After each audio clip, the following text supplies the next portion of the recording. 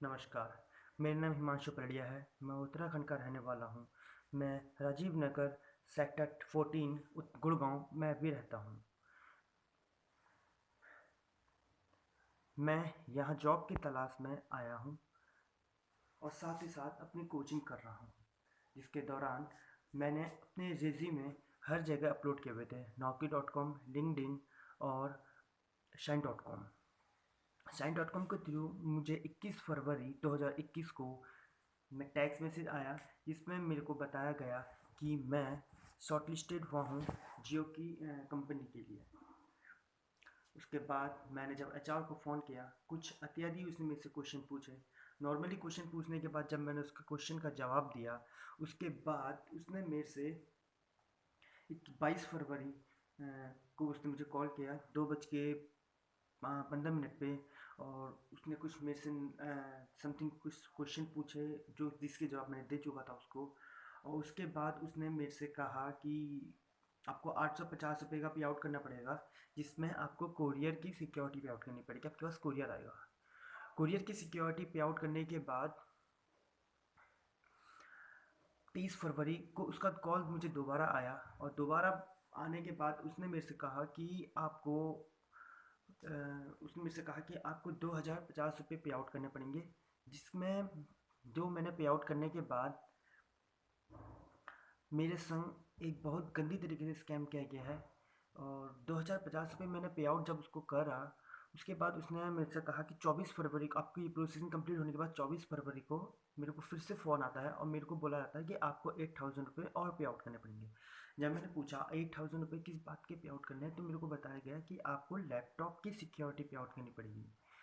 जो मैंने उसको बोला, मैंने उससे कहा कि मेरे पास तो लैपटॉप है, तो मैं क्यों पे आउट करूँ? तो वो मेरे को बोली कि लैपटॉप की आपको सिक्योरिटी पे आउट करनी पड़ेगी, और जो इसके रैंडम जो सॉफ्टवेयर हैं वो आपके लैपटॉप में सपोर्ट नहीं करेंगे, तो आपको लैपटॉप यहीं से प्रोवाइड किया जाएगा।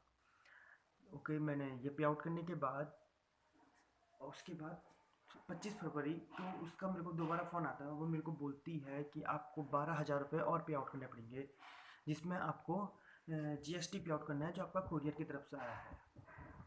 जब मैंने उससे पूछा, मैम मैं इतना पे आउट ऑलरेडी कर चुका हूँ, मैं अब नहीं कर सकता पे आउट, तो वो मेरे को बोली कि आपको 12,000 रुपये पे आउट करना पड़ेगा, क्योंकि ये कंपनी की तरफ से नहीं है।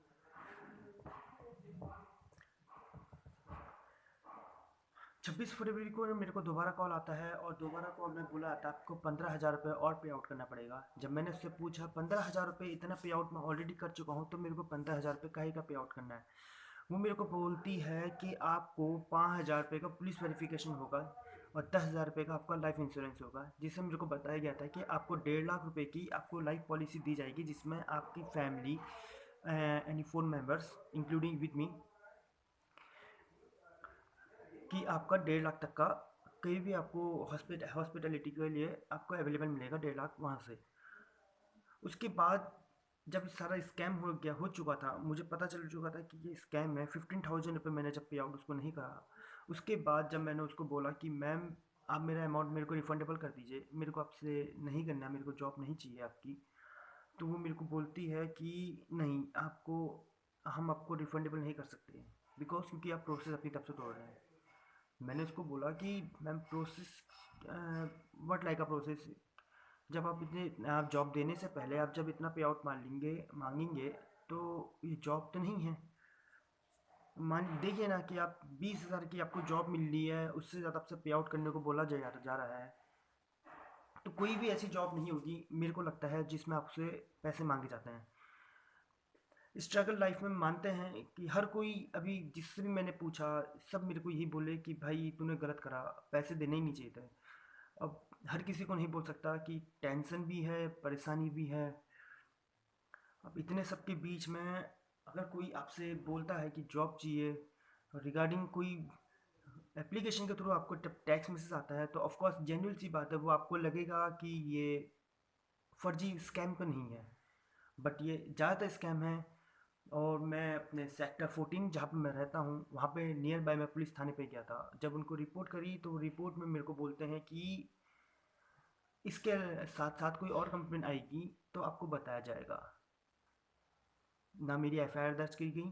सिर्फ मेरे से एक एप्लीकेशन फॉर्म भरवाया गया जिसमें मैंने डिटेल लिखी हुई थी कि मेरे संग क्या क्या घटना हो चुकी है अभी तक का। सिर्फ एक एप्लीकेशन लिखने के बाद वो 4-5 पन्नों के नीचे दबा दी जाती है और मेरे को रूम को भेज दिया जाता है। उसके बाद अभी मैंने Gurgaon police cyber Gurgaon police station पे कंप्लेन डाल लिखी है। देखो अभी क्या होता है। और उसके बाद मेरे कलीग, मेरे फ्रेंड जिसने मेरे को रेफ़र किया था कि आप ट्विटर पे कंप्लेन करिए, आपको वहाँ से हेल्प मिल सकती है जियो के थ्रू, या मे बी कोई भी आपको क्राइम ब्रांच के थ्रू आपको मेल आ सकती है, या इसके रिगार्डिंग आपकी प्रॉब्लम सॉल्व हो सकती है, आपका आपका मनी रिफंडेबल हो सकता है। ट्विटर पे ट्वीट करने के बाद भी मुझे एक कॉल आता है और वो मेरे से बोलते हैं कि आपके अकाउंट में कितने बैलेंस हैं। वो सब बताने के बाद भी तो वो मेरे से कह रहे हैं कि एक एप्लीकेशन है क्विक व्यूअर टीम सपोर्ट करके। जैसे कि आपका फ़ोन, आपको एक पिन बताना पड़ता है दूसरे को जो आपके कॉलिंग पे है, और वो पिन बताने के बाद वो आपके फ़ोन को एक्सेस कर सकता है। मतलब वो सिर्फ आपके फ़ोन के रिव्यू देखेगा, आप क्या कर रहे हैं, क्या वर्क चल रहा है, जब तक वो आपसे कनेक्ट रहेगा। और जो ट्रांजैक्शन मैंने की हुई थी, मैंने अभी तक का उसको 4 ट्रांजैक्शन की हुई थी। 850, 2050, 8000, 12000। जो 850, 2050 और 8000, ये सारी अमाउंट जो मैंने इसको पे आउट की हुई थी वो सब गूगल पे के थ्रू की हुई थी। और जिस नंबर पे रजिस्टर्ड था वो पंजाब नेशनल बैंक का था, अकाउंट था, दीपक कुमार नाम था। जिसका अकाउंट मैंने पता लगाने की कोशिश करी वो हरियाणा सोनीपत का अकाउंट है। और दूसरा अकाउंट, जिस अकाउंट पे मैंने 12,000 रुपये पे आउट किया है पेटीएम के थ्रू, पेटीएम अकाउंट के थ्रू 12,000 रुपये पे आउट करा मैंने उसको, वो बैंक है यस बैंक। और उसका अकाउंट भी सोनीपत का है और अभी भी वो एक्टिव है नंबर। मैं आप सभी से ये गुजारिश करना चाहता हूँ कि मेरे साथ स्कैम हो चुका है। नहीं, मेरे को नहीं लगता, मेरे को कोई उम्मीद नहीं है कि मेरी कोई हेल्प करेगा या मेरा मेरा अमाउंट कोई मुझे रिफंडेबल करके करके जाएगा। क्योंकि किसी अ, किसी को फ़र्क ही नहीं पड़ रहा है कि किसके संग क्या हो रहा है। कोई अगर हेल्प मांगने जा रहा है तो उसकी मदद करनी चाहिए। उससे उसे जितना सपोर्ट कर सकते हैं उतना सपोर्ट करना चाहिए। ऐसा नहीं हो रहा है। और बस यही कहना चाहूँगा कि ये वीडियो ज़्यादा से ज़्यादा शेयर करें ताकि आप हर कोई स्कैम का शिकार बनने से बचें। यहाँ तक कि मैं जब थाने पे गया था तो मुझे बताया जाता है कि जो आपका जो पैसा गया है वो झारखंड की तरफ से गया होगा।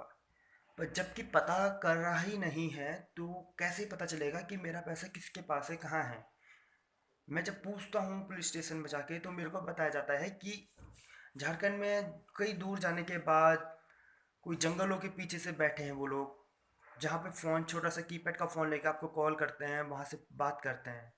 पर जिस अकाउंट पे मैंने पैसे ट्रांसफ़र करके वो अकाउंट तो जेन्युइन है, क्योंकि आज के टाइम पे केवाईसी मैंडेटरी है हर कोई अकाउंट खोलने के लिए। आधार कार्ड फेक बन सकते हैं, माना कि आधार कार्ड फेक बन सकते हैं, लेकिन उनके बीच में जो फिंगरप्रिंट होते हैं वो फेक नहीं होते, क्योंकि फिंगरप्रिंट तो ओरिजिनल होते हैं ना। अगर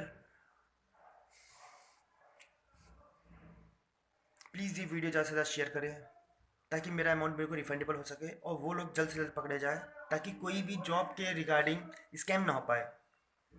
आप लोगों से यही विनती है, प्लीज़ ज़्यादा से ज़्यादा वीडियो को शेयर करिए। Please, thank you so much.